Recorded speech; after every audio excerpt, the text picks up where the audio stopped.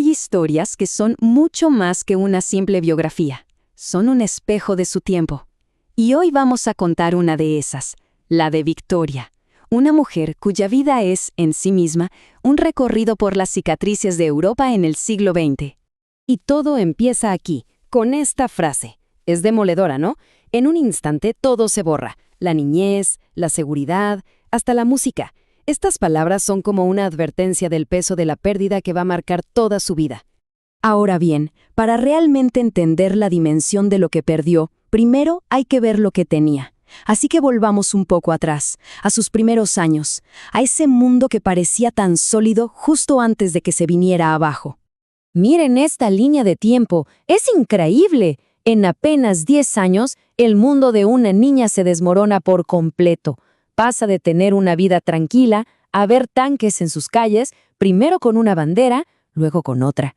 Y al final, el golpe más duro de todos, su propia familia, desintegrada a la fuerza. Este era su mundo antes del caos. Imaginen un hogar donde su padre, un juez, era el símbolo del orden, de la justicia. Y en el medio de todo, el sonido de un piano. Ese era el sonido de la paz, de la belleza. Era la banda sonora de su infancia, una que pronto se iba a apagar. Y bueno, aquí vemos el final de esa etapa. Mientras la familia se refugiaba en el sótano, una bomba rusa cayó sobre su casa. Ellos sobrevivieron, sí, pero al subir se encontraron con esto. El piano, el corazón de su refugio, destrozado. Fue un presagio terrible de todo lo que estaba por venir. La destrucción de su hogar fue solo el comienzo, lamentablemente. Ahora entraba en una nueva fase de su vida, una donde la pérdida y el miedo se iban a convertir en algo de todos los días, bajo la sombra de un nuevo régimen. Creyeron que huyendo iban a encontrar algo de seguridad, pero se equivocaron. El nuevo poder los alcanzó, y de la forma más cruel. En 1946, a su padre simplemente se lo llevaron, arrestado y enviado a un gulag. Así, sin más. Desapareció de sus vidas de un día para otro, sin despedidas. 17 meses. Ese fue el tiempo que su padre pasó en el infierno de un gulag ruso. Y cuando volvió, bueno, era un hombre físicamente presente, pero emocionalmente destrozado. Un extraño marcado por un trauma del que nunca, jamás pudo decir una sola palabra. Ese silencio se convirtió en una herida abierta para toda la familia. Para Victoria, la opresión no era algo abstracto, era personal. Le negaron su sueño de estudiar ingeniería, la razón, la historia política de su familia. La condenaron a un trabajo gris en una oficina. Incluso su matrimonio con un militar se volvió una pesadilla, dejándola sola con un hijo y rodeada de imágenes que le recordaban ese poder que la asfixiaba. Pero en medio de toda esa opresión, algo dentro de Victoria se despertó. No se iba a rendir. Y su historia está a punto de dar un giro radical. Porque ahora comienza una búsqueda de libertad. Y es una muy arriesgada. Y fíjense, su primer gran acto de resistencia no fue para salvarse a sí misma, sino a su hermana Marenka. Ayudarla a cruzar ilegalmente esas montañas fue un acto de desafío increíble. El éxito de Marenka fue la primera luz de esperanza. La primera pequeña victoria de la familia contra el régimen. Años después, en 1962, le llegó su turno. Y su vía de escape, nada menos que el legendario Expreso de Oriente. Pero olvídense de la imagen romántica. Para ella fue un viaje de terror puro. Cada parada, cada control en la frontera, era un momento de pánico absoluto. Imaginen estar ahí, escondida con su hijo pequeño, sabiendo que si los descubrían, se acababa todo. Y lo logró. Llegó a Francia, pero su libertad era súper frágil. Estaba sola con su hijo y con un único billete en el bolsillo. Nada más. Su vulnerabilidad era total.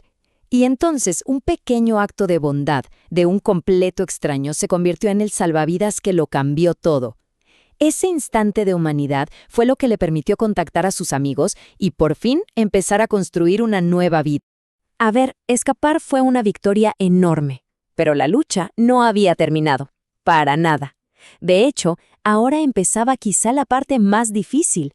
Reconstruir una vida entera desde cero. Literalmente desde las cenizas de todo lo que había conocido. Pero claro, encontrar un nuevo hogar no fue algo inmediato. Su viaje duró casi una década. Pasó de reunirse con su hermana en Francia a encontrar un refugio temporal en un convento en Alemania, hasta que finalmente, en 1971, cruzó el océano hacia Canadá. Iba en busca de un lugar al que de verdad pudiera llamar hogar. Y lo encontró. En Toronto, en la mezcla de culturas del barrio de Kensington, Victoria sintió por primera vez que podía respirar tranquila. Los diferentes idiomas, la diversidad, todo eso representaba la libertad y la aceptación que le habían robado por décadas. Por fin, había encontrado un lugar donde pertenecer. Uno pensaría que la historia termina acá, con ella a salvo. Pero no. De hecho, es justo aquí donde todo su pasado cobra un nuevo sentido. Todas sus experiencias de lucha y supervivencia la habían estado preparando para una misión que ella nunca esperó. Resulta que en Canadá, una organización un tanto misteriosa se pone en contacto con ella. Y no la buscan por lástima, no. La buscan porque ven en su vida, en su historia de resistencia, una clave. Un conocimiento invaluable sobre cómo funciona realmente el poder y la opresión. Y esta idea lo resume todo a la perfección.